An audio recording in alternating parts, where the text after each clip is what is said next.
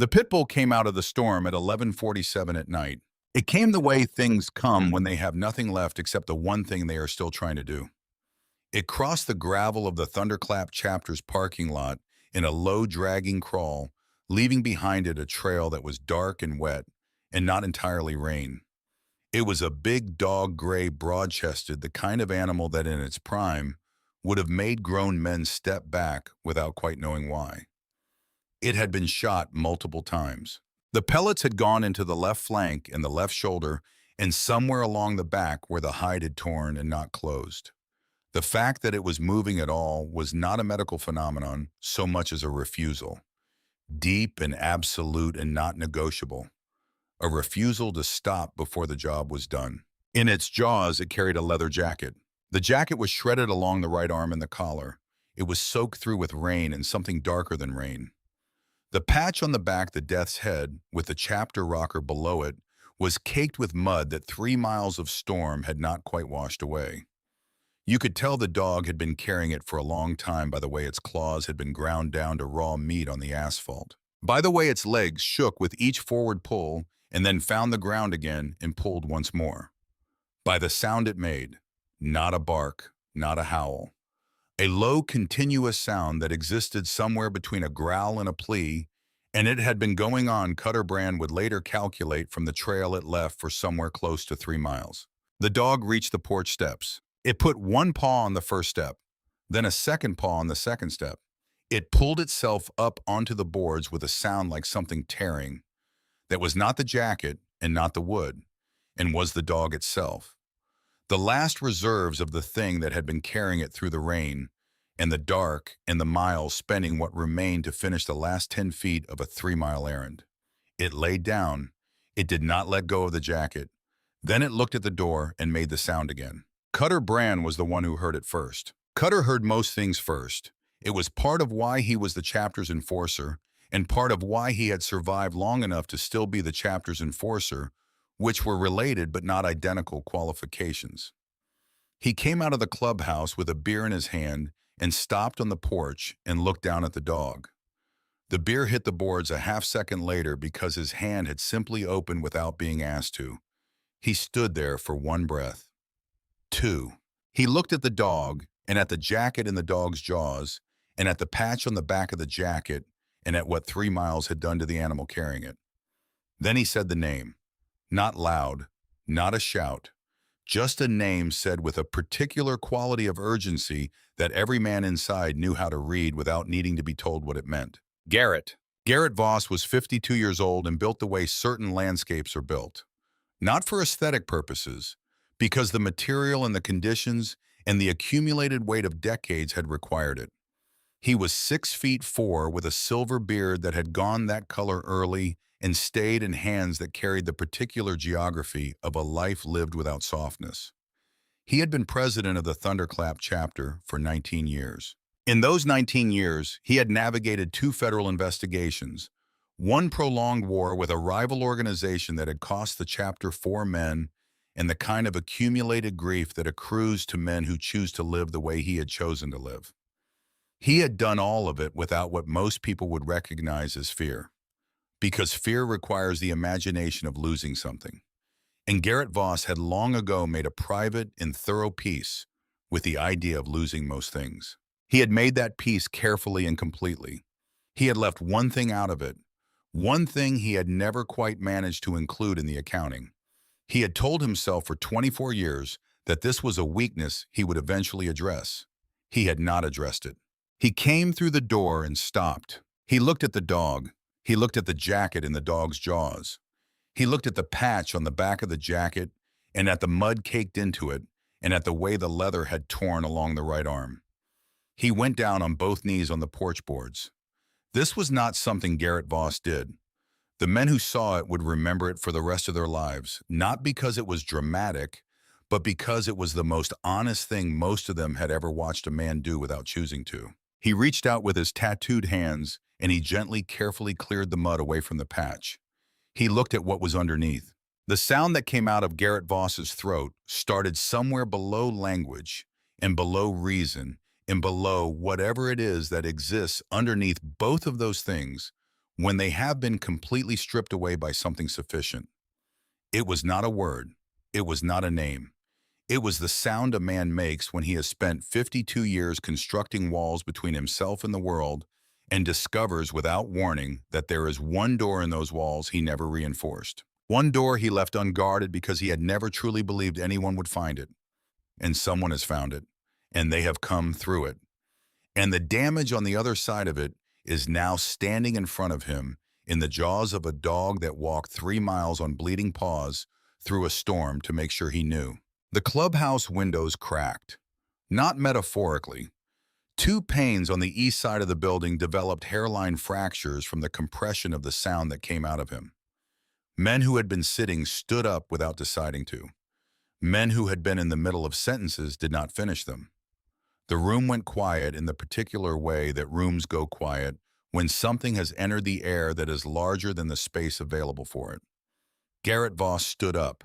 He held his son's jacket in his fist, and the blood that had soaked into the fringe dripped down onto the porch boards, and the rain came down on top of it, and he looked at 60 men who were looking at him.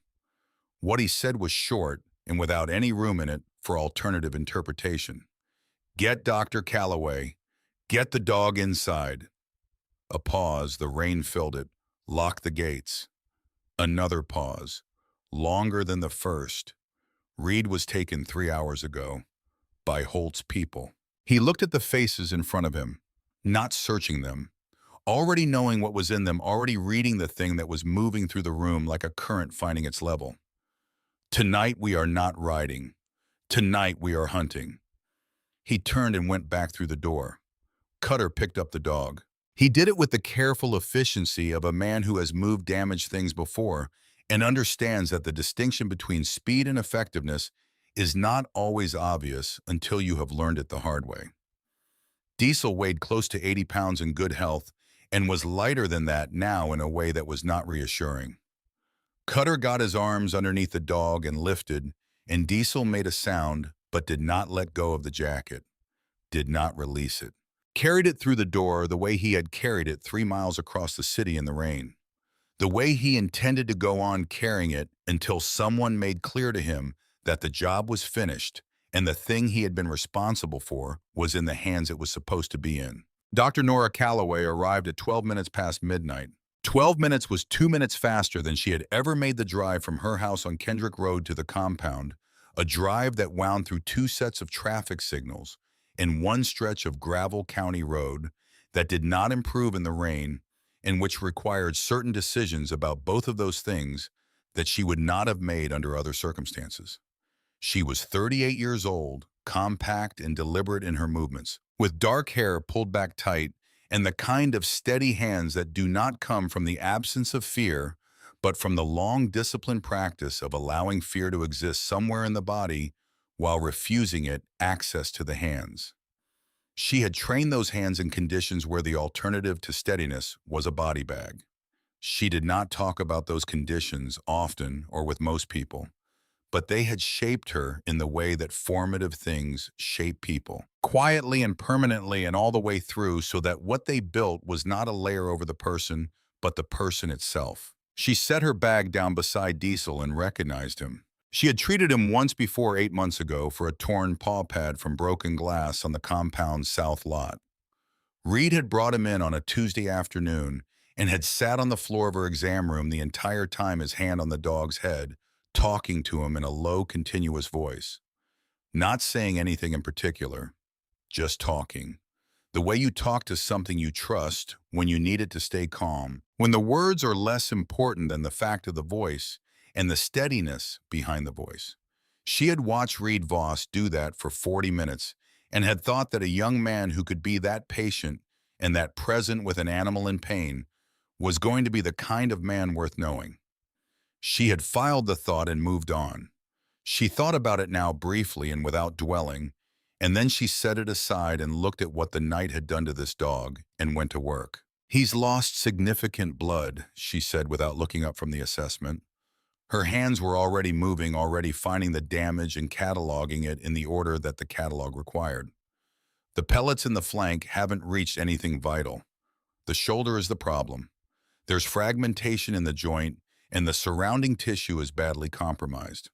I can stabilize him, but he needs surgery, and he needs fluid starting right now. She looked up briefly, a single direct look that communicated the full scope of what she needed.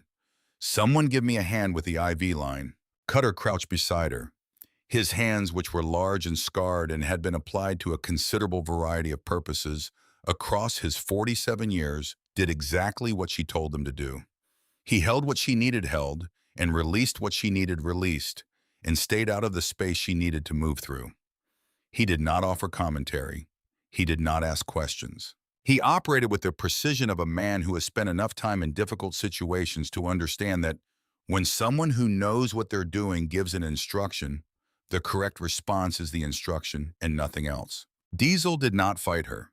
He lay on the floor of the clubhouse and breathed in the careful, shallow way of an animal that has learned in the last several hours that deeper breathing costs more than it gives. And he held the jacket and he looked at the door. Not at Nora, not at Cutter, at the door, as though the job was not quite finished yet, and he needed to remain in a position to resume it if the situation required. While Nora worked, two of the chapter's younger members moved to the work table with Reed's jacket. They laid it flat and went through it with the systematic attention of men trained to look for what is there rather than what they expect to find. They found his phone destroyed.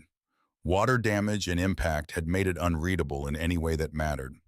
They found his wallet. They found a folded piece of paper with a partial address written in Reed's handwriting. The ink blurred by rain, but the street name still legible at the top of the fold. And then in the inner seam of the jacket's lining behind a false pocket, stitched into the leather that Garrett recognized because he had been standing in the shop when Reed had the modification made 6 months ago and had asked about it and had been told it was for documents for things that needed to survive, conditions that pockets did not. They found a body camera unit no larger than a thumb drive. Waterproof rated, the micro SD card inside it was intact. Garrett was standing at the back of the room with his arms folded when they put the footage on the main screen. It was dark footage, shaky in the way of something shot from chest height by a person moving carefully through an environment that required careful movement. But it was clear enough. Reed on foot approaching what appeared from the exterior to be a refrigerated warehouse in the industrial district east of the city. The kind of building that looks from the outside like cold storage and from the inside like something that has never been inside a regulatory inspection and does not intend to be. His voice on the audio low and controlled, describing what he was seeing as he moved through it. Shelf units running floor to ceiling, chemical processing equipment that had no legitimate place in a licensed pharmaceutical operation, packaging lines, labels on the packaging that Reed read aloud as he passed them one by one with the patient, methodical attention of someone who understands that the value of what he is doing depends entirely on the completeness of the record he is making. The names of medications, the stated dosages, the certification marks, all of them wrong. Not wrong in the way of careless error or corners cut under pressure. Wrong in the deliberate engineered way of someone who has invested in the infrastructure of deception, who has built real supply chains and real distribution networks, and has secured real official protection from the people whose job it is to prevent exactly this from existing. Wrong dosages, wrong compounds, wrong approval numbers printed on labels with the confidence of someone who knows that the people checking will not be checking because the people checking are on the payroll of the people printing. Reed's voice stayed level through all of it. He read what he saw and described what he saw, and his voice carried the same quality his father's carried in situations that did not warrant calm, which is not the calm of someone who has failed to understand the danger, but the calm of someone who has understood it completely and made a prior decision about how they will behave inside it regardless of what it costs them. Then the footage changed. Headlights from the west end of the facility floor, multiple sources moving, then voices, the clipped economical vocabulary of people with military backgrounds operating in a formation they had used before and did not need to think about. Then the sound of Reed running, then the sound of something that caught up with him, then static, but not before one image. 2 seconds. A man in a dark jacket, his back partially to the camera, giving an order to the men around him. The jacket had a detail on it, a lapel pin small and caught in the ambient light from the loading bays. One of the chapter's members, a man with 11 years in law enforcement before the life pulled him in a different direction, identified it without needing to zoom in and without hesitation. State security detail, he said. Governor's office issue. I've seen those up close. There's no other pin that looks like that. The room was quiet. Garrett had watched the footage from the back of the room with his arms folded and his son's jacket still in his hands. When the static replaced the image on the screen, he turned and walked to the back office without speaking. He pulled the door shut behind him. The men in the room looked at the screen and did not speak either. They listened to the rain on the roof and the sound of Diesel breathing on the clubhouse floor, and the particular silence that fills a room when the men in it have just understood something they cannot ununderstand and are in the process of deciding what to do with that understanding. Garrett was in the back office for 4 minutes. When he came out, he was wearing a different jacket, older than the one he'd had on. More worn in the way that things get worn when they have been through more than they were designed for and have come through it anyway.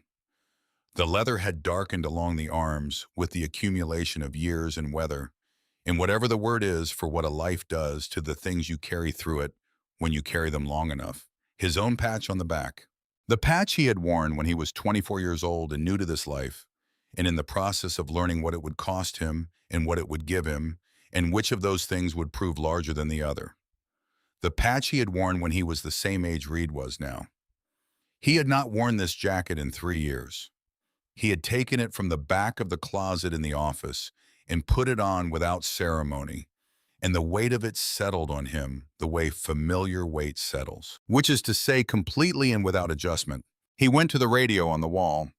This goes out on the full network, he said to the man at the board. All chapters, all contacts. Priority 1. He picked up the handset. This is Garrett Voss, Thunderclap chapter, calling a blood. He said it the way you say things that have a specific weight in their history, things that have not been said lightly in the history of their saying and are not being said lightly now. Vice President Reed Voss has been taken by state-level operatives working under the authority of Governor Mercer Holt. All available road members report to the Thunderclap compound armed and fueled within 90 minutes. We ride at 1. He set the handset down. The man at the board looked at him. The question on his face was clear enough that it did not need to be voiced. Garrett looked at the screen where the static had replaced his son's footage. Enough, he said. He was, as it turned out, conservative by a margin that none of them had anticipated, including Garrett, who had been doing this for 19 years and believed he had a reasonably accurate sense of what the network would produce when called at that register. The network, it turned out, had a different sense of the matter. While the compound filled with the arrivals and the chapter's members moved through the logistics of a blood call with the practiced efficiency of people who have rehearsed the components of this, in lesser circumstances, Nora Calloway remained on the floor of the clubhouse with Diesel. She had the IV line running. She had done what could be done for the flank wounds with the materials in her bag, which were more extensive than a standard medical kit, because she had learned a long time ago, in conditions she did not discuss at length, that the gap between what you carry and what you need is a gap you pay for in specific ways that you do not want to pay. The shoulder was a different order of problem. The shoulder required a surgical suite and the kind of precision that cannot be improvised, and the kind of time that required Diesel to be stable enough to survive the procedure. He was not there yet. She would get him there. Then she would do the rest. She sat beside him and kept her hand on his side and monitored his breathing and watched his color and did not leave. Diesel still held the jacket. He held it with the same grip he had maintained for 3 miles, which told her something about the nature of the instruction he had given himself somewhere on that route. Not releasing the jacket was not a behavior. It was a decision. She had treated enough animals in enough conditions to understand the difference. Garrett came back through the room twice in the next 40 minutes. Both times he stopped and looked at the dog and crouched beside him and looked at what 3 miles on a night like this had cost this animal's body. The expression on his face during those moments was not one he would have permitted under most circumstances. It was not grief exactly, and it was not rage exactly. It was the face of a man holding two things simultaneously in a space that was not designed for both of them and refusing to put either one down. The second time he crouched, he put his hand on Diesel's head. Once. Then he stood and looked at Nora. "Keep him here," he said. "Whatever he needs." She met his eyes with the direct, undecorated attention of someone who has spent years looking at people in the worst available moments of their lives and has gotten very good at seeing them clearly. "He's not going anywhere," she said. "Neither am I." Garrett nodded once. Then he went back to the business of the night. By 12:45, the compound held more people than it had been designed to contain. They came on bikes and in trucks and in vehicles that had been modified in ways that their manufacturers had not intended. They came from the Thunderclap chapter and from 5 allied chapters, and from the extended web of contacts and associates, and men who owed debts going back years, and men who owed nothing at all but understood. When they heard the voice on the radio and heard the name and heard what had been done, that there was only one direction available to them, and it was the same direction everyone else was going. Some of them came because of Reed. Reed was 24 and had been riding with the chapter for 3 years and had conducted himself in those years with the combination of his father's steadiness and something that was his own, something easier and more open than Garrett had ever quite managed to be, and men responded to it. They responded to the way he listened when they talked, to the way he showed up when things needed doing without being asked and without requiring the doing to be noted, to the way he had stood in the compound yard at his VP ceremony and looked at his father and said without performance or self-consciousness that he understood what the cut meant and was not taking it lightly. That had been 18 months ago. No one who had been there had forgotten it. But most of them came because of Garrett. 19 years of being the kind of man you can depend on produces something that cannot be manufactured through other means. It produces a form of loyalty that functions not as obligation but as gravity. Men do not ride toward it because they have to. They ride toward it because when it calls, the direction it indicates is the only direction that makes sense from where they are standing. The gates were open to receive them, and the rain was still coming down, and the engines were running, and the air in the compound smelled of diesel and wet leather, and the charged quality of a night that has not yet arrived at what it is going to become.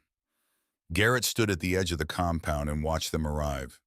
He had his son's jacket over his arm. He had not put it down since he picked it up on the porch, and he did not intend to put it down until he had someone to give it back to. He looked at the road, at the headlights coming through the dark in the rain. He thought about Reed in whatever room Reed was in right now.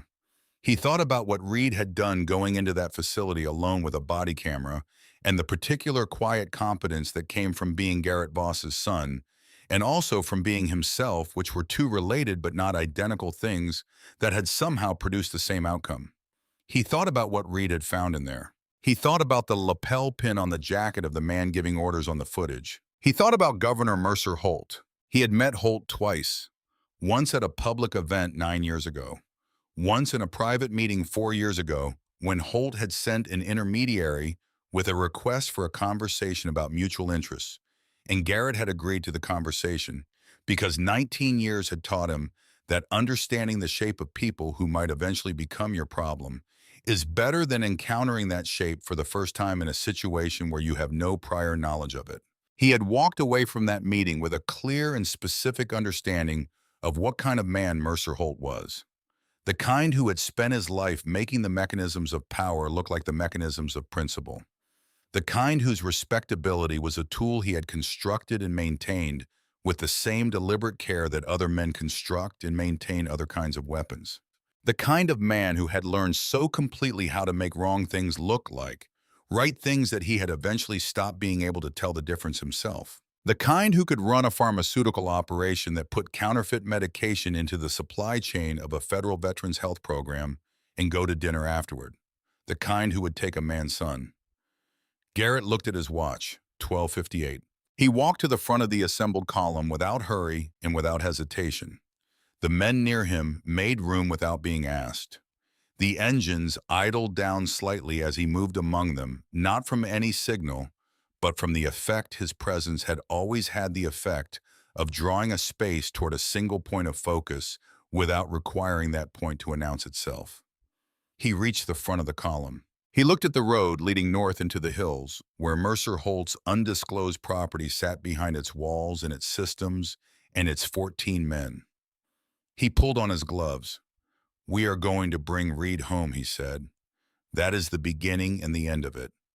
He looked at the column stretching back through the gates and down the street beyond, further than the rain allowed him to see.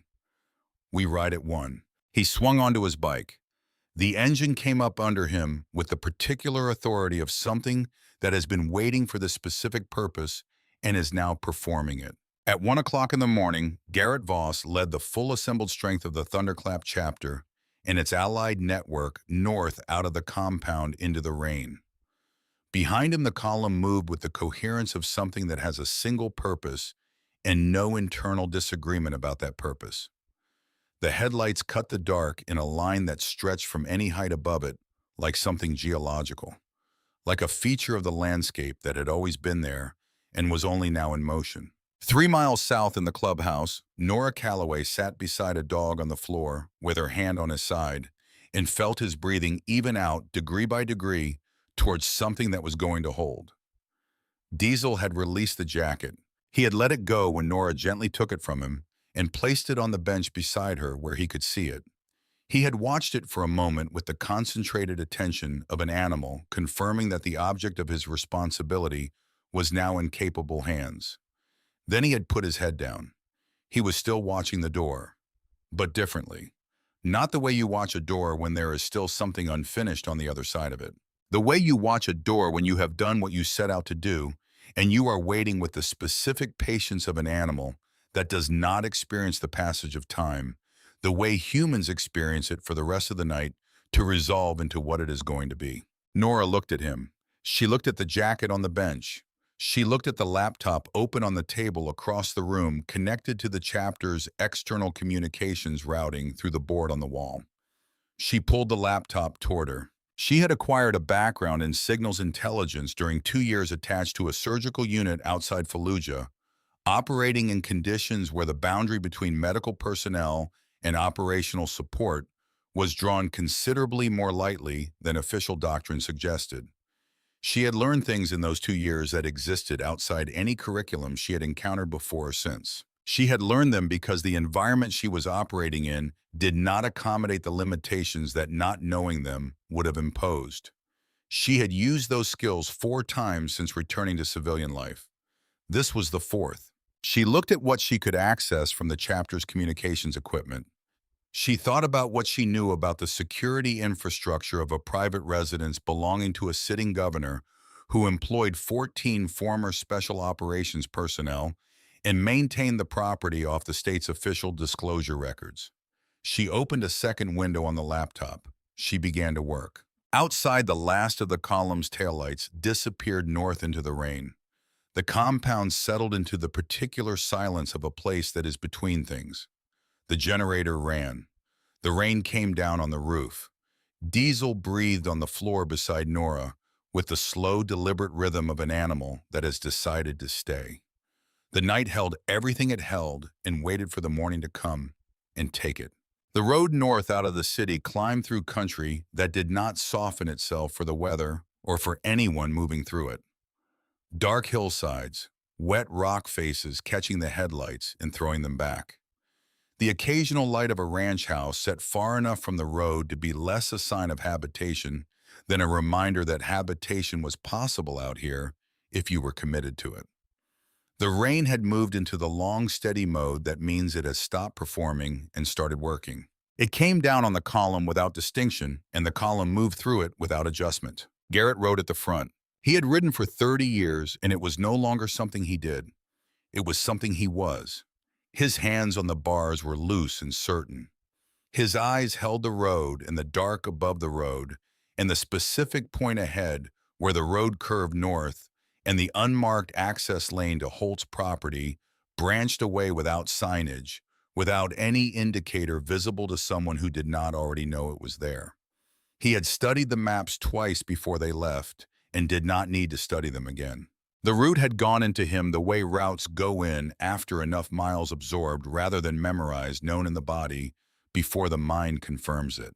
He was thinking about Reed, not in the way that thinking about someone in danger usually operates, with the catastrophic imagination sprinting ahead of events toward outcomes that have not happened yet. Garrett had trained that tendency out of himself 20 years ago because he had learned that it consumed resources he needed for other applications. He was thinking about Reed the way you think about something you know well, the specific accumulated facts of the person. The way Reed had looked at 12 years old on the back of Garrett's bike for the first time, not frightened, just paying attention with the same completeness. He paid attention to everything as though whatever was in front of him was worth the full capacity of his interest, regardless of what it was. The way he had at 15 announced without drama or preamble that he was going to prospect for the chapter when he was old enough. Not as a declaration requiring a response, but as a report of a conclusion he had reached some time ago and was only now getting around to sharing.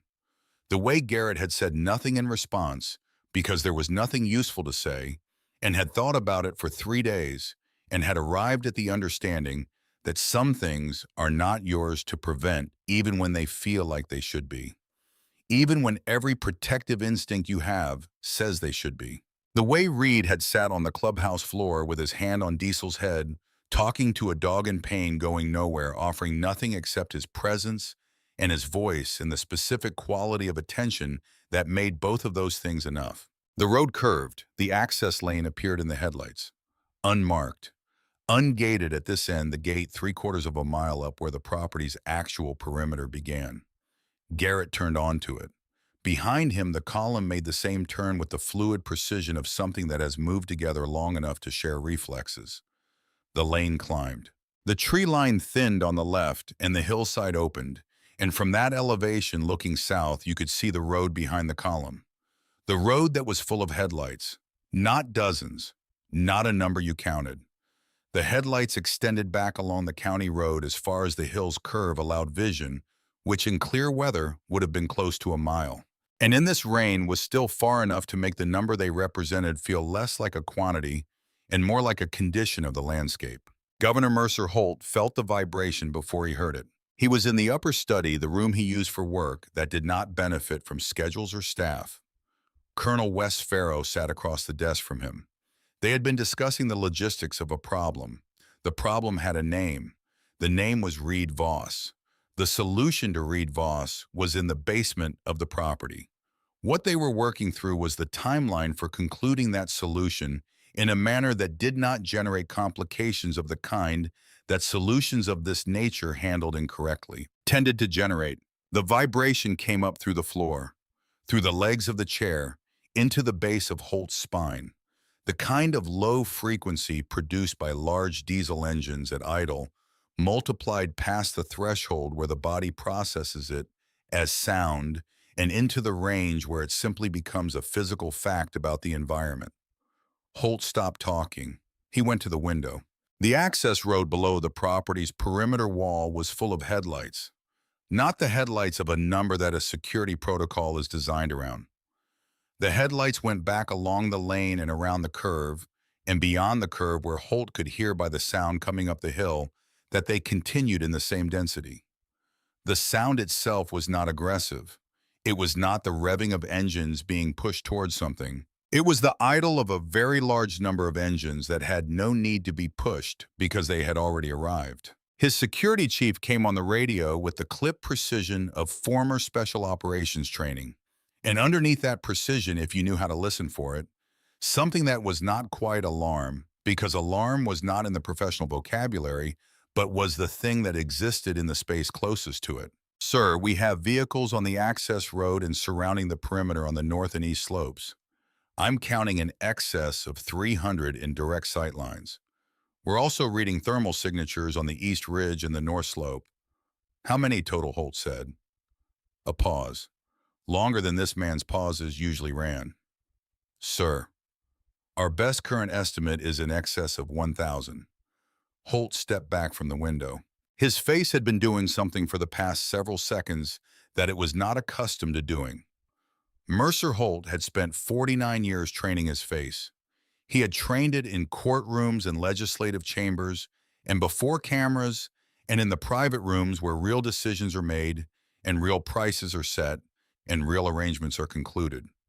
He had trained it to perform exactly what he needed it to perform in any situation, and nothing beyond that. It was one of his primary instruments, and he maintained it carefully. What it was doing now was not in the repertoire.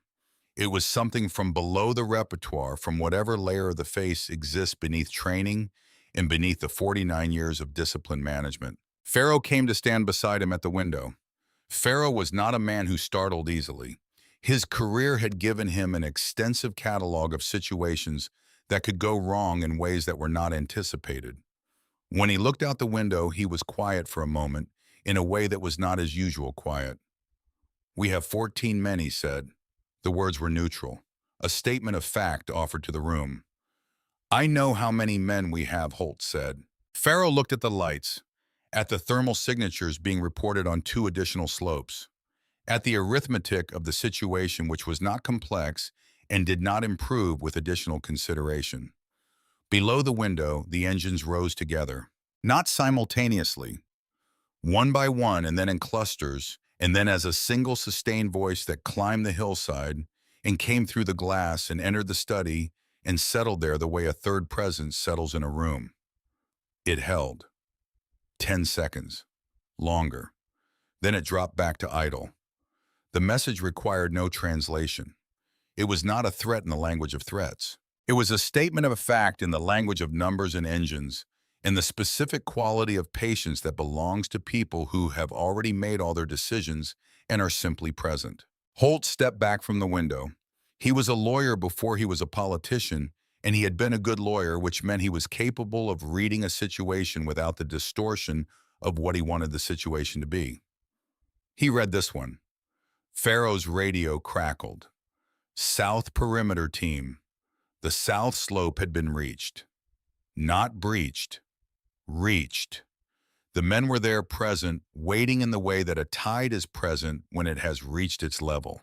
Hold positions," Pharaoh said into the radio. "Do not engage. Acknowledge." The acknowledgement came back in the tones of professionals executing protocol. Pharaoh set the radio down. He looked at Holt. "We have a negotiable asset in the basement," he said.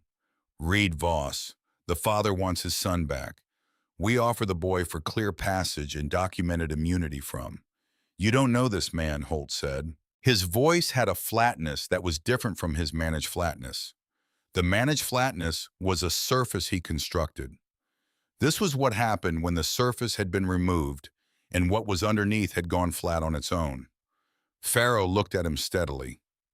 "He's a club president. He's Garrett Voss," Holt said. "And you put his son in a chair in my basement." He picked up his phone. He looked at it for a moment. He set it down without making a call. Then he walked toward the door with steps that had a mechanical quality to them. The steps of a man whose instincts have stepped back from the controls and left the procedural systems running the operation. Downstairs, the column was parking. The front gate of the property had lasted 1.5 seconds of contact with Cutter Brand's truck before the hydraulic mechanism holding it sheared and the gate went sideways into the landscaping. The truck had been a standard 3/4-ton pickup before Cutter had spent 2 weekends in a borrowed welding shop building a heavy steel push plate across the front bumper that functioned in practical engineering terms as the forward section of a bulldozer. He had built it 3 years ago for an occasion that had not materialized and had maintained it since on the principle that tools should be maintained. Tonight it had materialized. The sound the gate made going down was audible from the top of the hill. What came through the gap was not a charge in any sense that word is usually applied. No running, no shouting, no chaos of a crowd that has lost its shape and is operating on collective momentum. It was the deliberate, unhurried movement of a very large number of people who know exactly where they are going and have resolved all prior questions about their intentions before they left. They moved across this courtyard and up the drive the way water moves when it has found the level it was always going to find. Not fast, not slow, simply advancing and then advanced and then present. The security team held their positions for 3 minutes. 3 minutes is longer than it sounds when you are standing in a position that has become untenable and you are holding it because your training tells you to hold it, and your training is the language your body speaks under this kind of pressure. They held for 3 minutes, and then the gap between 14 and 1,000, which does not close through skill or equipment or training, applied to either of those things, became undeniable in the way that only the undeniable becomes undeniable. They made the decision that professional soldiers make when continuation serves no purpose that can be justified by the cost of continuation. They put their weapons down. They stood where they were. They waited. Pharaoh watched it from the upper study monitor. He watched his perimeter dissolve. He watched his security team stand down. He watched the first bikes cross the courtyard and park with the practiced ease of riders pulling into a familiar rest stop. He watched Cutter Brand walk through the front door of the house with an iron bar resting across his shoulder and the expression of a man for whom everything is proceeding exactly as it was expected to proceed. He reached for his radio. "South team," he said. "South team, respond." Static. He tried 3 more channels in sequence. Static on each of them. He set the radio down. In the clubhouse 12 miles south, Nora Calloway looked up from her laptop screen and made a small sound of quiet satisfaction. There was no one to hear it except Diesel, who opened one eye, assessed the available information, and closed it again. She had been working for 81 minutes. The background in signals intelligence she had acquired during 2 years with a surgical unit outside Fallujah had given her capabilities that did not atrophy from disuse the way some capabilities do. They stay in the place you put them. They wait with the patience of things that know they will eventually be needed. She had identified the communications architecture of Holt's security operation through the chapter's monitoring equipment within the first 20 minutes of sitting down. The system was sophisticated. It was also built on assumptions about the range of people who might attempt to access it that did not include her. She had found the point of entry at 43 minutes past midnight. She had spent the next 41 minutes working through what needed to be worked through with the precision and care of someone who understands that this kind of work does not offer the option of partial completion. At 1:22 in the morning, Wes Farrow's radio had stopped working. Every channel, every backup frequency. The landlines routed through the property's systems had stopped working 11 minutes before that. She looked at Diesel. He was breathing in the steady, deepening rhythm of an animal that has decided to continue. The IV was doing its slow, essential work. His color was better than it had been. The jacket was on the bench where she had placed it, and he was no longer watching the door with the vigilance of something unfinished. He was resting with the quality of an animal that has completed what it set out to do and is now simply waiting for the rest of the night to finish becoming what it is. She turned back to the laptop. The communications disruption was the first part of the work. It was the part that cleared the space. The second part was different in nature and larger in consequence. She had accessed the secure document server whose address had appeared in the background of Reed's body camera footage during the 40 seconds he had spent near the facility's administrative section before the headlights came. Not directly, through a chain of intermediate connections that would not resolve back to this machine or this building or this night in any investigation that followed. She pulled files, not selectively, everything. Production records going back 4 years, distribution contracts, financial transfers routed through 3 shell structures registered in Delaware and 1 in Nevada. Communication logs between Holt's office and the security contracting firm that employed Farrow and the men currently standing disarmed in the courtyard of Holt's property. Certification documents for pharmaceutical products that carried the marks of authorities that had never certified them. She released everything simultaneously to every destination that existed to receive it. The Department of Justice portal, the FBI Organized Crime Division submission system, the State Attorney General's office, the secure tip lines of 3 major news networks, the investigative desks of 2 newspapers that had been working the edges of the story for 8 months without being able to find the center of it. She was giving them the center. She thought about Earl Cutler while she worked. She had encountered his name in the distribution records during the first pass through the documents. Earl Cutler, 61 years old, Billings, Montana. A prescription for a cardiac medication filled at a local pharmacy 14 months ago using product from Holt's operation. There was a notation beside his name in the database. The kind of notation that appears when a patient has been removed from active status and will not be returning. She did not need the specific reason stated to understand what the notation meant. She had read enough records in enough conditions to understand it without the reason being stated. She thought about how many notations like that one were in the database. She did not stop working. Reed Voss was in the basement.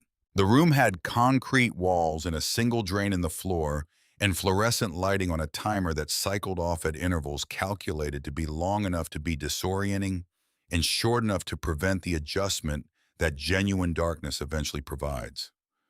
The room had been built to specifications that its official permits did not describe, by contractors who understood that the cash compensation they received included payment for not raising the questions that the discrepancy between the permits and the construction would otherwise have generated. Reed had been in the room for 3 hours and 40 minutes. He had been in worse situations, not many. The count was not what occupied him. What occupied him in the intervals between the work his wrists were doing on the zip ties securing them to the chair was diesel. He had not allowed himself to think about it directly in the first 2 hours. Direct consideration consumed resources he needed for the wrist work and for the maintenance of the interior condition that allowed him to remain functional regardless of what Pharaoh chose to do during his periodic appearances in the room. So he had held it at the periphery, the way you hold something you cannot afford to look at straight but cannot afford to lose track of either. Now he let himself think about it. 3 miles. That was the distance between the facility where they had taken him and the compound. He knew the route in both directions. He had ridden it more times than he could account for. 3 miles of city streets transitioning to county road, and then the compound lane on a night like this one, in the condition Diesel had been in when Reed had last seen him, which was not a condition that any honest assessment of probability would support surviving. And yet, he thought about Diesel at 18 months the first time Reed had taken him on the river trail 12 miles out and 12 back. The dog had kept pace the entire 24 miles without once asking to stop. Not because he was being pushed, because he had made a decision about where Reed was going and had determined that where Reed was going was where he was going. And once that determination was made, it was not a determination that got revisited. He thought about the way Diesel moved through his days, not with the anxious energy of an animal trying to justify its place, but with the settled certainty of one that had made its fundamental decisions about loyalty and belonging and had not found reason to reopen them. He decided Diesel had made it, not as a conclusion the evidence supported. As a premise, he was accepting in advance of the evidence because the alternative premise was not one he was willing to operate from. Some things you accept as true because the alternative is a kind of darkness that serves nothing and costs everything. Diesel had made it. The jacket had reached the compound. Garrett knew what had happened and where it had happened and who was responsible for it.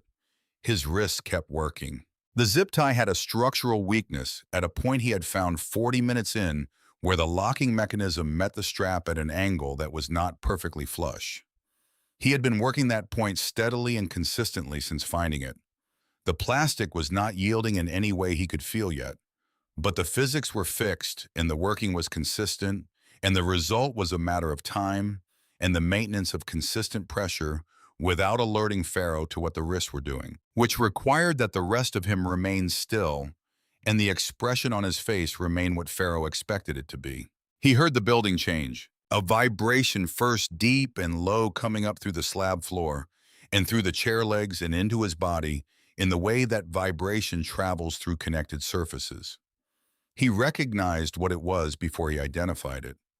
The body knows that particular frequency before the mind catches up to the naming of it. Then the sound resolved into its specific character, not one engine, not 10. The massed idle of a very large number of engines producing a frequency that existed at the border of what sound means before it crosses into something that is no longer sound, but something the body simply receives as a fact about its environment. Then voices above him. Movement. The particular acoustic quality of a large number of people moving through a structure with shared purpose. Then the sound of the gate failing. He closed his eyes. Not from relief exactly, from something adjacent to relief, but more specific. The particular interior settling that occurs when the thing you decided to believe turns out to have been true. He had decided Diesel made it. Diesel made it. He had decided his father would come. His father had come. These were not surprises.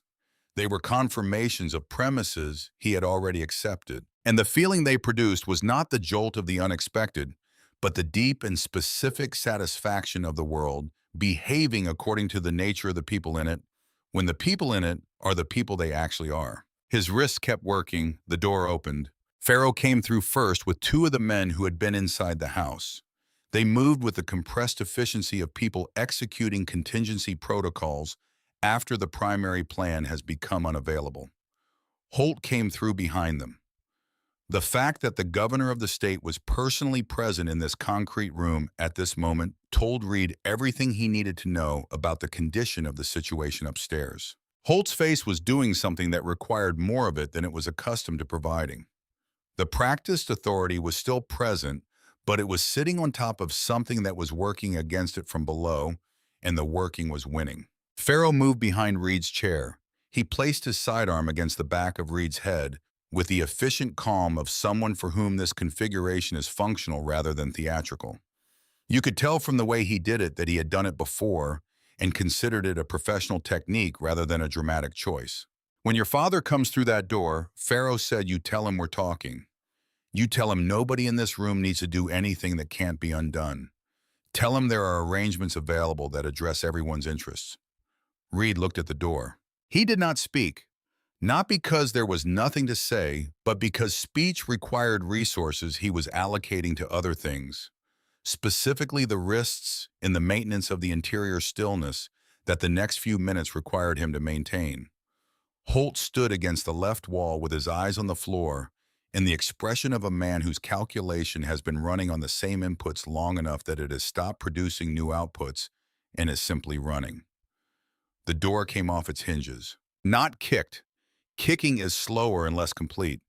From the application of Cutterbrand's iron bar to the hinge side of the frame at the correct point, and with the correct force, which is faster and more certain and produces a more total result. The door fell inward. Cutter came through the gap with the iron bar still in his hand, and behind him Garrett, and behind Garrett 4 more. And the room that had been built for a specific configuration of power suddenly contained entirely the wrong configuration for that design to function as designed. Pharaoh's arm tightened. The gun stayed. Stop, he said. Right there. Everyone stops right there. Garrett stopped. He looked at his son. He looked at what 3 hours and 40 minutes in this room had done to Reed's face. The left eye swollen to a slit. The way Reed held his right side when he breathed. The set of his jaw that Garrett recognized as the expression Reed made when he was managing pain and had made the decision not to let the pain manage him. A decision that Garrett recognized because he had made it himself more than once, and because the expression was one he had seen on Reed's face before in smaller situations and had noted as a thing that came from his son's mother, more than from him, the particular quality of stubbornness that does not announce itself. Something moved through Garrett's expression in response to what he saw. Not the hot explosive force of the sound he had made on the porch when he recognized the jacket. That had been immediate and involuntary and had come out of him before he could shape it. What moved through him now was cold, the kind of cold that settles rather than erupts. That once it has settled into a place in a man does not unsettle from it. Reed, he said. Hey, Dad. Reed's voice was level, calibrated to convey specific information, specifically that he was present and functional and had not been changed in the ways that the room had been designed to change him. Diesel make it, Diesel made it. Reed closed his eyes briefly. When he opened them, the thing in the eye that could still fully open had changed in a way that Pharaoh, had he been the kind of man who paid attention to the right information at the right moments, might have recognized as something worth attending to. He was not that kind of man in that particular way. "We want clear passage," Pharaoh said. "Full documented immunity witnessed and filed, and we want." Every screen in the building came on simultaneously. There were screens in the upper study and in the corridor and in the security monitoring room, and on the two laptops Holt's aides had been using on the study table, which Garrett's people had located and not closed. Every screen displayed the same thing: a grid of windows, news network feeds running live, social media platforms with content already moving through them in the particular exponential pattern of things that have been seeded correctly and contain the kind of material that moves on its own momentum once it is released. The Department of Justice portal, with a case number active and charge headings that a practicing attorney could read from across a room without assistance. The FBI organized Crime Division Acknowledgement page, the State Attorney General's Office submission confirmation, and across all of it, the documentation itself: production records, distribution contracts, financial transfers through 4 shell structures, communication logs between Holt's office and the contracting firm that employed the men now standing disarmed in the courtyard above, certification documents for pharmaceutical products that carried the marks of authorities that had never certified them. 4 years of Mercer Holt's Operation Complete released simultaneously to every authority and platform that existed to receive it. Already received. Already in the hands of people whose job it was to act on it. Already past the point where anything about it could be recalled. Holt saw his name on the DOJ portal from where he stood against the wall. He read the case number. He read the charge headings. He had practiced law for 11 years, and he was capable of reading a charging document with complete precision. He read this one with complete precision. And what he read with the unambiguous clarity of a man encountering the exact legal architecture of his own destruction was that the structure he had spent 20 years building, the layers of insulation and official distance and legal separation between himself and the things he had done, had been removed simultaneously from its foundation on every platform that mattered.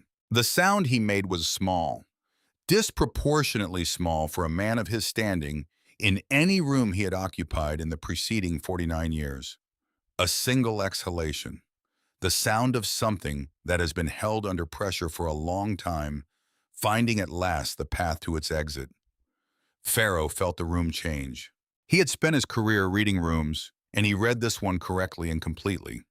What he read was that the leverage he had possessed 30 seconds ago no longer existed. Leverage requires the other party to have something remaining that they need to protect. Reed Voss's value as a negotiating instrument was contingent on Garrett Voss having something he needed to trade for. What Pharaoh was reading in Garrett's face was a man who had already resolved every question that needed resolving before he came through that door. Who was looking at his son? Who was not protecting anything because what he had come here to protect was already in front of him, and the only thing left was the concluding of this. Pharaoh made his decision. He swung the gun from Reed's head toward Garrett and fired. The shot hit Garrett in the left chest, and the sound of it in the concrete room was total, and the room existed for a suspended moment in the specific terrible space that follows a shot, waiting to learn what the shot had produced. Garrett was still standing. He was standing because the jacket he had put on at 12:39 that morning was not only sentiment and history and the leather of a 24-year-old version of himself. It was also the jacket he had modified 22 years ago in the aftermath of a situation that had taught him a lesson about preparation that he had never forgotten and had seen no reason to stop applying. The ceramic plate behind the left breast pocket had been there for 22 years. It was not factory. It was not new. It had been installed by a man in Tucson who knew what he was doing and had done what it was designed to do. Garrett crossed the room in 2 strides. His right hand found Pharaoh's gun wrist. The gun went sideways and then down, and then was no longer relevant to anyone in the room. His left hand went to Pharaoh's collar, and then Pharaoh went to the wall, and what followed needed no extended description. It was the sound of a conclusion. Complete. Sufficient. Not prolonged beyond what was sufficient. Garrett held him against the wall. He looked at the man who had taken his son, who had put Reed in a chair in this room and applied 3 hours to what he had applied to him, Who had put Diesel into the condition that had sent him through 3 miles of storm on 4 destroyed paws so that Garrett would know? He looked at him for a moment in which everything that needed to be understood between them was understood without either of them needing to make it explicit. "My brothers don't have a price," he said. His voice was quiet. "Remember that on the way down?" He stepped back. Pharaoh went to the floor. Garrett went to his son. He took the knife from his belt and cut the zip tie in a single motion. He put his hands on either side of Reed's face with the careful gentleness of someone who has decided to handle something with care, regardless of the condition of their own hands, and the rest of the evening. He looked at what needed to be looked at. His face did not change while he looked. It had already made its accounting with what it was going to carry forward from this night. "Can you walk?" "Yeah." Reed stood, one hand on the chair back, then standing without it. He straightened, breathed, looked at his father, at the jacket, at the impact point on the left breast where the ceramic had stopped the round and the leather had blown outward in a starburst that was not going to close. "You're going to have to get that replaced." "I know," Garrett said. He put his hand on the back of Reed's neck, briefly, the way you touched something you had believed for a period of the night you had lost. The discovery of not having lost it is large enough that the only response available to it is the smallest gesture, the most ordinary contact, the specific weight of a hand that does not need to explain what it means. Then he stepped back. "Let's go upstairs," he said. "There's someone up there who needs to hear from both of us." The stairs were concrete, the same material as the walls and the floor, and they went up through them together, and the house changed around them as they climbed from the particular cold of rooms, built for purposes that do not appear on permits, into the warmer dark of rooms built for the appearance of other things. At the top of the stairs, the corridor opened into the parts of the house that were meant to be seen, and Garrett and Reed walked through them without stopping. Harrison Mercer Holt was on his knees on the Persian rug of his upper study when they came through the door. No one had put him there. That was the detail that would stay with the men who witnessed it. No one had given an instruction. No one had applied force. His legs had made the decision somewhere in the 2 minutes between the screens coming on and Pharaoh's radio going silent, and they had not reconsidered the decision since. He was kneeling on a rug that had cost more than most people in the state earned in a year, and he was looking at the floor, and his hands were at his sides. And his face had shed the last of its managed authority, the way a building sheds its cladding when the underlying frame gives way. What was underneath was less than the cladding had suggested. It was what is always underneath in men who build that kind of surface over that kind of interior. Smaller than the surface implied. Older. More afraid. His phone had rung 19 times in the preceding 12 minutes. He had not answered it. He knew which numbers were calling. He understood what the calls contained. Saying any of it aloud would not have improved the situation and would have consumed resources he did not currently have available for anything that was not the bare maintenance of his own continued presence in the room. Garrett walked in and stopped. He looked at Holt on the floor. He looked at the screens still running on every surface in the room, the documentation still spreading across platforms, the case numbers still active, the acknowledgement confirmations still accumulating on the submission pages that Nora Calloway had opened from 12 miles south while she sat beside a dog on a clubhouse floor and thought about a man named Earl Cutler, whose name she had encountered in a database flag. He looked at all of it for a moment without expression. Then he reached into the interior of his jacket behind the left breast pocket, behind the deformed ceramic plate that had completed its service and would not be replaced with anything identical because nothing identical existed, and he took out what he had carried up from the basement. Reed's leather cut. He had picked it up from the floor of the basement room where Pharaoh had dropped it when Garrett's hand found his wrist.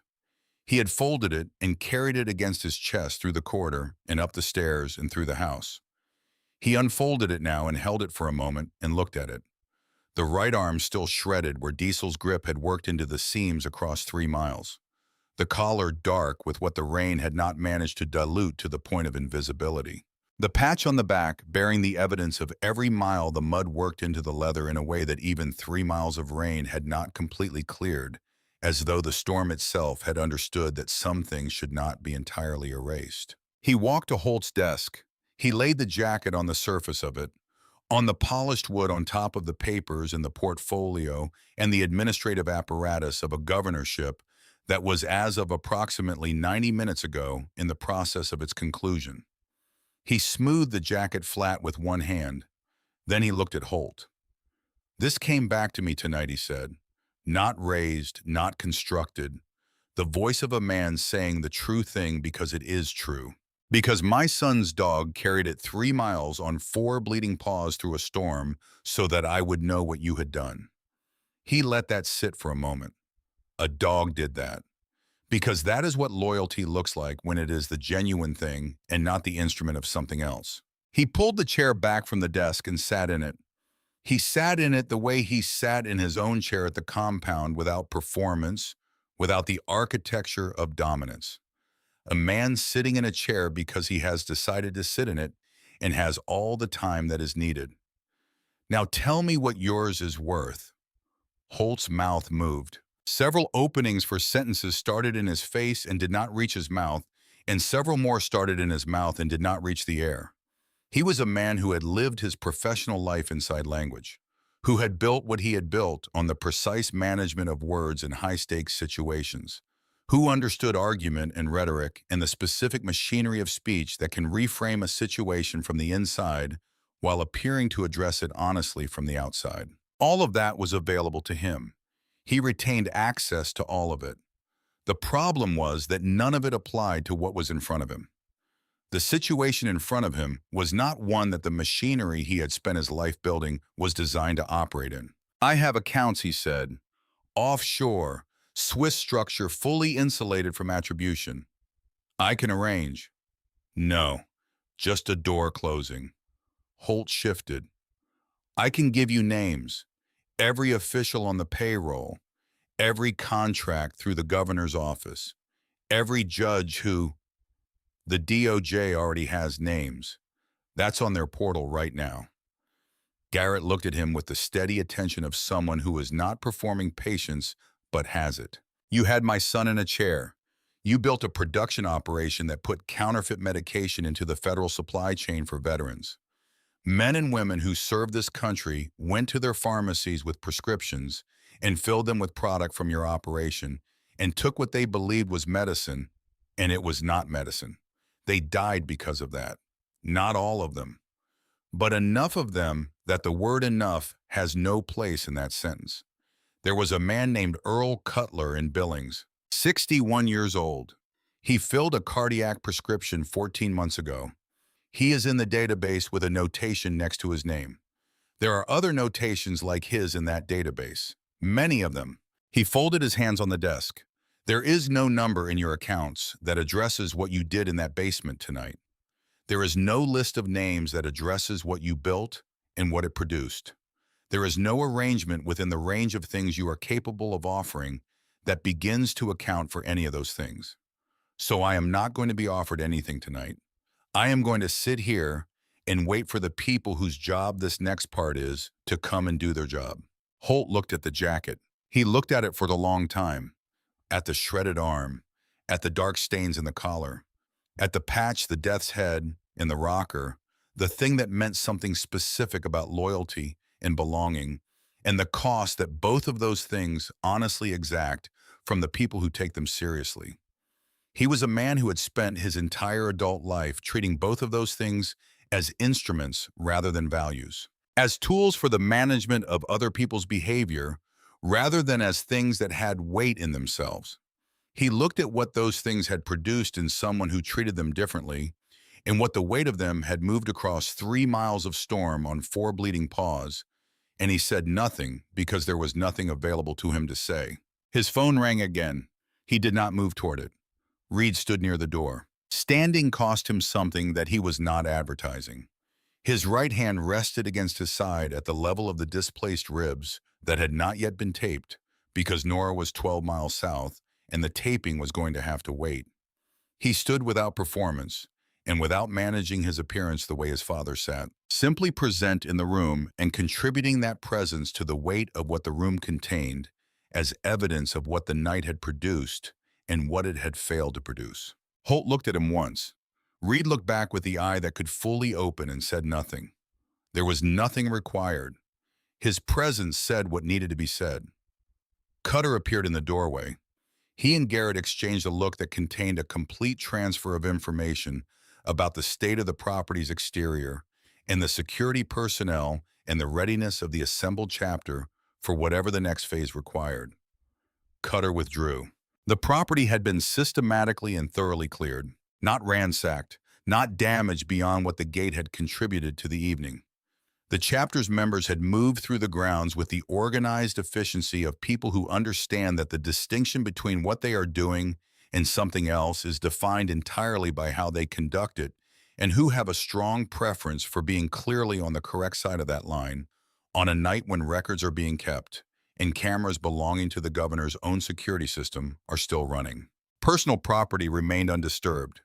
The security personnel were grouped near the South Outbuilding, disarmed, waiting with the organized patience of men who have completed their calculation and made their decision and are now in the phase where they wait for the institutional processes to catch up to the decision. The equipment in the security monitoring room had been left running deliberately. The property's own cameras had recorded everything from the column's arrival through the gate to the current moment. Garrett had made this decision before they came through the gate in approximately 30 seconds of consideration, having concluded that a complete and unedited record on the governor's own systems of everything that had happened tonight was not a liability. It was a document. He had spent 19 years understanding the difference between those two things and applying that understanding to the decisions available to him. The federal agents arrived at 4 in the morning. The Organized Crime Division came first. 8 agents in 4 vehicles, followed by 2 supervisors from an FBI task force that had been building the pharmaceutical case for 8 months from the outside in, unable to close the distance between what they knew and what they could prove.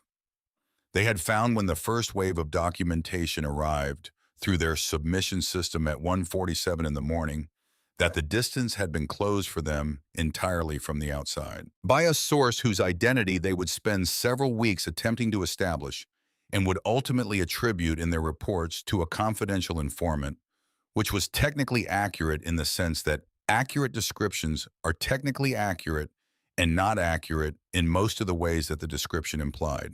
They were accompanied by 2 representatives of the State Attorney General's office who had spent the intervening hours on calls with people in positions that were adjacent to positions named in the documentation, discussing what the documentation meant for arrangements that the documentation also described.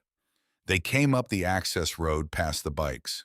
The bikes extended along the lane and around the curve and down onto the county road, parked in the orderly rows of riders who intend to leave the same way they arrived. The agents drove past them slowly. Several of them looked out their windows at the machines and the men standing beside them in the pre-dawn dark in the thinning rain. None of them said anything. They had been briefed in the vehicles on the way up. Briefing and arriving are different categories of knowledge, and several of them were in the process of understanding the difference. They found the property in order. They found Farrow in the basement in a condition requiring medical transport, which the responding team would describe as consistent with a significant but non-life-threatening physical altercation. They found 14 security personnel near the South Outbuilding, disarmed, waiting with the patient organization of men who have made their calculation and will not complicate the subsequent process. They found the property's exterior clear and undamaged, except for the gate, which was not recoverable. They found Garrett Voss in the upper study. He was sitting in the chair he had pulled from Holt's desk. He was not speaking. He was not threatening. He had his son's jacket folded flat on the desk in front of him, and the screens were still running on every surface in the room, and he was sitting with his hands folded and waiting for the people whose professional function covered this phase of the evening to arrive and perform it. The lead agent was a woman named Breckenridge, who had been with the Organized Crime Division for 14 years and had developed over those years a comprehensive internal understanding of the range of situations she was likely to encounter. She stopped in the doorway of the study and looked at the room and looked at Holt on the floor and looked at the screens and looked at Garrett Voss in the chair. She had been given a file summary on Garrett Voss on the drive up. The file summary had been factually accurate and had not quite captured whatever it was that you understood about a person from being in the same room with them. "Mr. Voss," she said. Garrett looked at her. "He's been here," Garrett said. "We've been waiting for you." He stood from the chair. He picked up the jacket from the desk and folded it and held it. He looked at Holt one final time. Holt was looking at the floor. His phone had stopped ringing sometime in the last hour. The people who had been calling had either concluded from the silence that it constituted an answer or had moved on to making calls of a different kind to people in positions that were now adjacent to his in ways that required urgent management. Garrett walked to the door and stopped beside Reed. He looked at his son in the full light of the study for the first time since the basement. He took a complete inventory. The eye, the ribs, the way Reed was holding himself. He noted that Reed was holding himself well, which was expected. He noted the specific quality of tiredness in Reed's face, which was not the tiredness of a person who has been broken by something, but the tiredness of someone who has been fully present in a situation that required full presence for an extended period and is now allowing the requirement to gradually relax. They went out of the room and down the stairs and through the front door. Holt was brought out 12 minutes later. He came through his own front door under the escort of 2 agents who maintained the professional neutrality of people performing their function without editorial comment. The cameras were there. The first local affiliate crews had come up the access road when the scanner traffic and the early newswire movements had given them enough to justify the drive, and they had positioned themselves at the property's exterior perimeter. There were not many of them yet. There would be more by morning. Holt did not look at the cameras. He had spent 49 years managing cameras. He had spent 49 years understanding the camera as a surface on which you project the version of yourself that the current situation requires. He had been exceptionally good at it. The mechanism for it had stopped working at some point in the preceding 3 hours, in the specific way that mechanisms stop working when the premise they run on has been removed and it had not come back online. He walked out through his own door without looking at anything in particular, and the expression on his face was the expression of a man who has been reduced to the operational minimum required to continue moving through space. The morning news desk led with it at 5:42. The pharmaceutical operation had been breaking since 2 in the morning, fed by the documentation arriving simultaneously at every outlet with the capacity to receive and act on it. The arrest footage, when it came, layered onto a story that already had its architecture. The stock of 3 companies with documented financial connections to Holt's operation was in free fall before the market opened properly. 2 state legislators who appeared in the communication logs released statements before 6 in the morning, the kind of statements composed very quickly by people whose legal counsel has communicated clearly that the next few hours represent the only remaining window for a specific kind of positioning. On the access road and along the county road below the property where the bikes were parked in their long, orderly line, people from the surrounding area had begun to gather in the dark before dawn. Not in opposition, not in confrontation. In the way that people gather when something large and long overdue has finally resolved and they want to be near the resolution of it. To be in the air where it happened. Some of them had woken when the column passed through their part of the road in the night and had not gone back to sleep. Some had seen the first of the news. Some had felt in the way people feel these things without being able to account for the mechanism, that the night contains something worth being present for in whatever form presence was available to them. Someone brought flowers. The way you bring flowers when the gesture is not adequate to what you are trying to gesture toward, but is the most honest available option, and inadequacy is not a sufficient reason to withhold honesty. A gas station bouquet in its cellophane handed to the nearest rider with a simplicity that made the transaction more serious than any formality could have. Someone else brought coffee. A large thermos in a sleeve of paper cups passed along the line of bikes in the early gray light.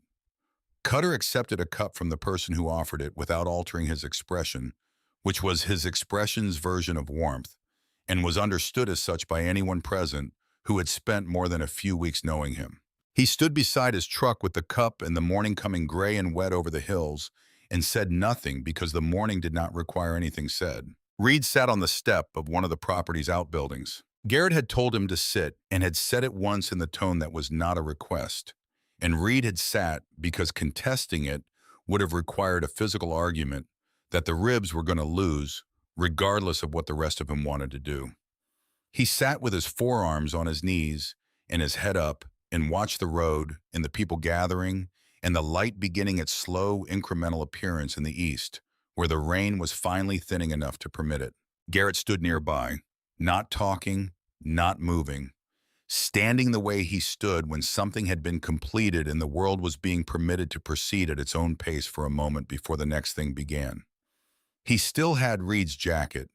He had not put it down and did not intend to put it down until it was back where it belonged, which was on his son's back, which was not tonight because it was evidence now and would need to go through the appropriate process before it returned to them. He was aware of this. He held it anyway. Some things you hold past the point of practical utility because the holding itself is the thing. Because there are nights when putting something down is not an option you can extend to yourself regardless of the logic that would support it. The medical team that arrived with the federal convoy assessed Reed and confirmed what Garrett had already assessed. 2 displaced ribs, the orbital socket bruised but structurally intact. Soft tissue damage that would become more fully expressive over the next 72 hours than it was being at the moment, which was the predictable behavior of soft tissue damage and was not alarming. They wanted to transport him. "He'll go," Garrett said. "We'll follow." "He'll go," Reed said correctly, parsing the "will follow." They took him in the ambulance at 5:15. Garrett followed on his bike in the thinning rain, the engine quiet behind the ambulance's red lights moving south down the access road and onto the county road and toward the city. Around him, the column began its own organization into departure, the natural sorting of a large number of people into the logistics of going home bikes, starting in ones and twos, and then in larger groups, the sound of it distributing along the road. The people who had gathered watched the column go. A woman near the road raised her hand as the bikes passed. Not a wave in the conventional sense. The gesture of someone acknowledging something they cannot put into adequate language and are not trying to. A man beside her did the same, then several more. The riders did not return the gesture. They did not need to. The acknowledgement was received the way it was offered, as a fact about the morning rather than an exchange requiring reciprocation. The last of the taillights went south around the curve. The access road was quiet in the particular way of places that have held something large and have released it and are in the process of returning to themselves. A week later, on a Thursday morning, the sky came in clear. The particular clear that arrives in that part of the country in the weeks between summer's end and winter's beginning, when the light has an angle to it that makes everything look like it has been recently cleaned, and the temperature is not cold enough to be uncomfortable, and is cold enough to make you conscious of the warmth you carry. The kind of morning that does not ask anything of you except to be in it. The Thunderclap chapter gathered in the compound's main yard at 9 o'clock. Not all of them. Enough of them. 60 of their own and riders from 4 of the allied chapters who had come in for the blood call and had not yet ridden out, staying on in the way you stay when you have been part of something and are not quite ready to put distance between yourself and the place it happened. They stood in the yard and along the fence line and near the clubhouse door without organizing themselves into any formal arrangement. Simply present in the space the way people who share something fundamental are present in a space without needing to demonstrate it. Reed was in a chair in the middle of the yard, a plain wooden chair from the clubhouse interior carried out by Cutter without remark and placed without comment. Reed sat in it with the easy patience of someone who has arrived at a working relationship with what the body requires and does not feel the need to contest the terms. 2 taped ribs, a healing orbital socket, bruises in the yellow-green stage of their conclusion. He looked like what he was, which was a young man on the near side of something that had not quite finished settling, sitting in morning light in a yard that was his and was going to continue being his. Beside him on a folded blanket that Cutter had placed on the ground lay Diesel.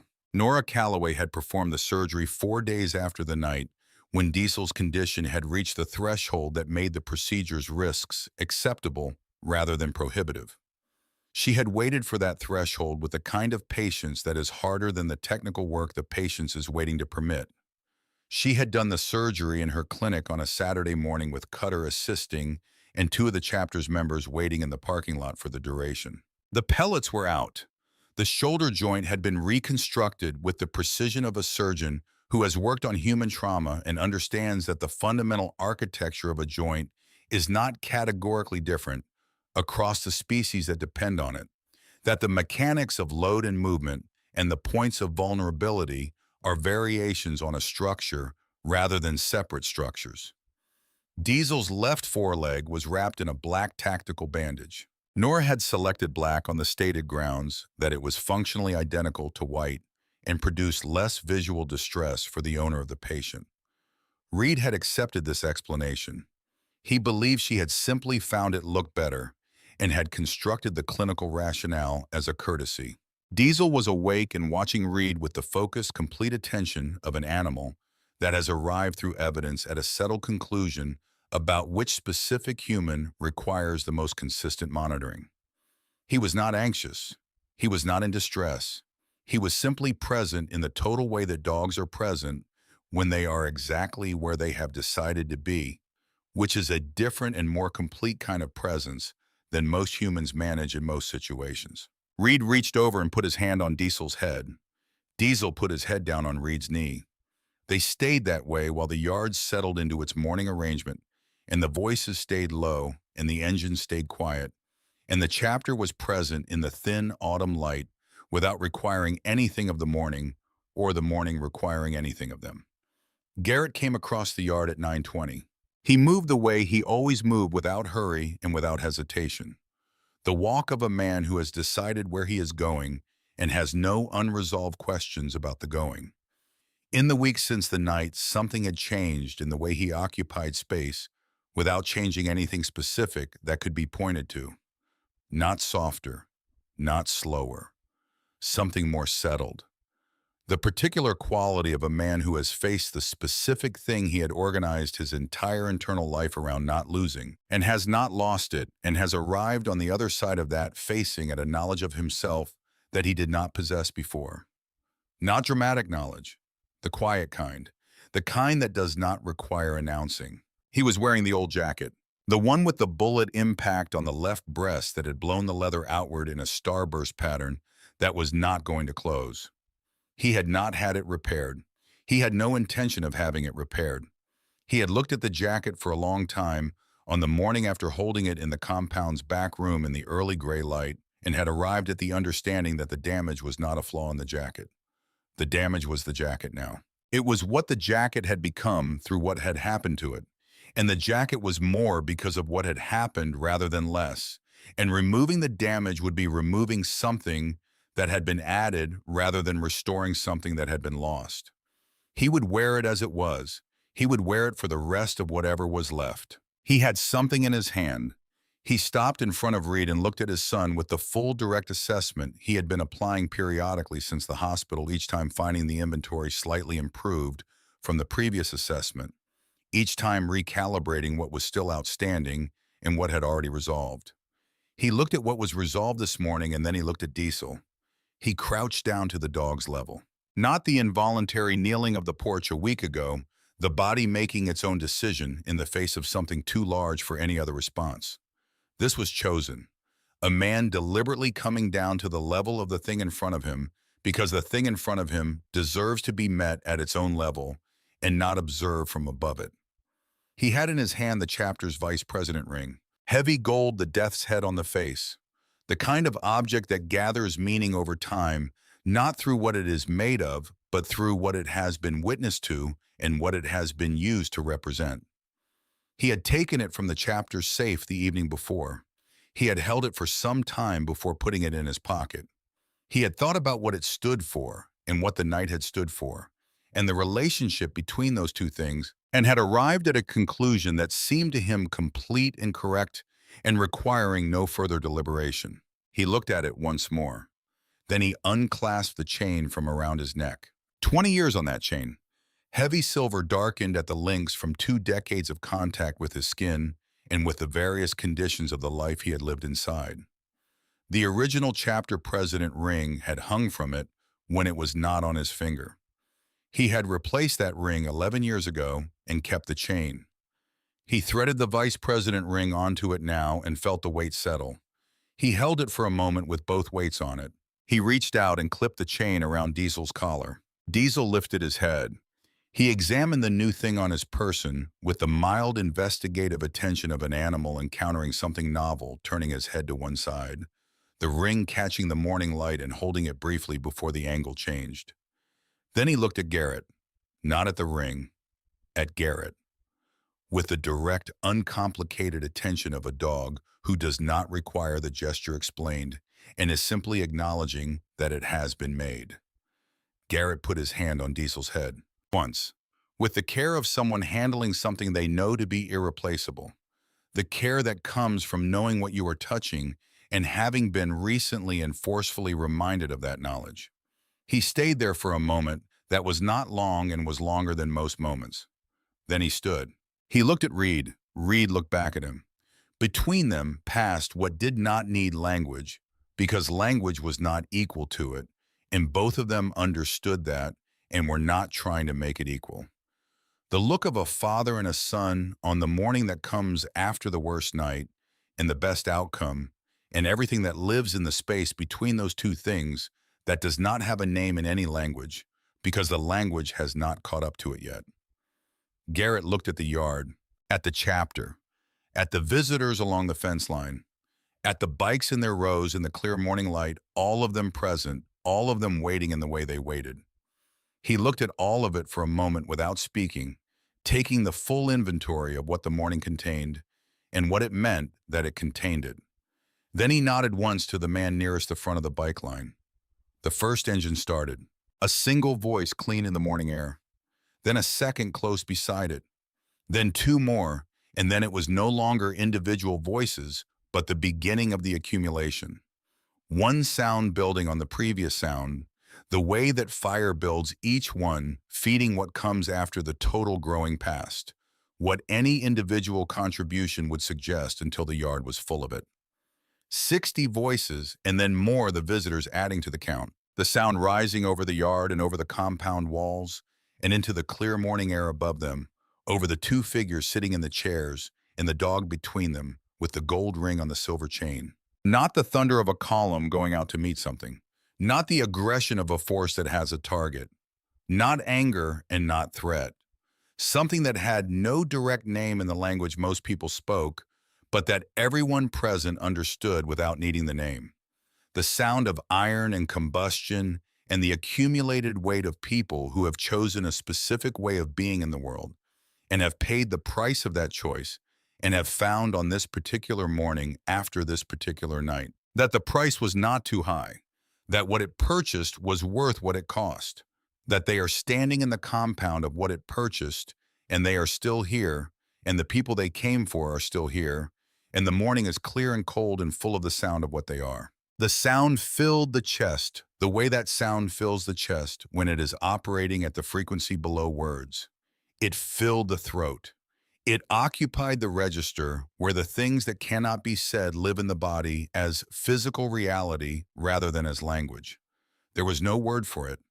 There was only itself. Diesel raised his head. His ears came forward. He looked at the bikes and at the riders on them and beside them, and he looked at the sound the way dogs look at something that connects to a place in them that precedes their own experience of it, that comes from before memory and shapes what memory becomes. His tail moved once against the surface of the blanket, a single certain movement. Reed looked at his father. Garrett looked back at his son. The engines held their note. 10 seconds. 15.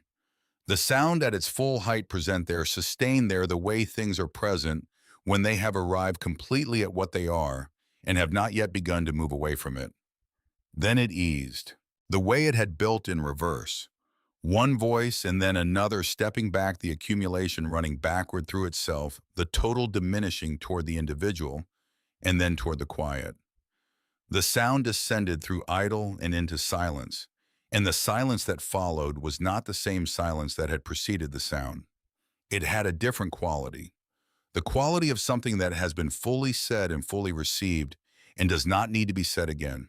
The quality of a morning that knows what it is. Reed put his hand back on Diesel's head. Diesel put his head back down on Reed's knee. The sun came through the compound gate in long rectangles that lay across the yard and across the planks of the two chairs and across the folded blanket and across the dog resting on it, with the gold ring catching the light on the silver chain. The light warmed the worn wood and the black tactical bandage and the starburst pattern on the left breast of the jacket Garrett wore without apology and without intention of apology. It lay across the yard the way autumn light lies across things it reaches without weight, without agenda, simply present in the space available to it. The morning moved on the way mornings move, into whatever ordinary thing comes after the thing that was not ordinary, into the accumulation of days that follow, days that matter, and that are themselves days of a different and quieter kind of mattering, into the work of being alive in the specific way you have chosen to be alive, with the people you have chosen to be alive, among in the place that is yours, because you have made it yours and have paid what making it yours required and are still here to hold what you paid for. Diesel breathed. Reed breathed beside him. The light moved across them both.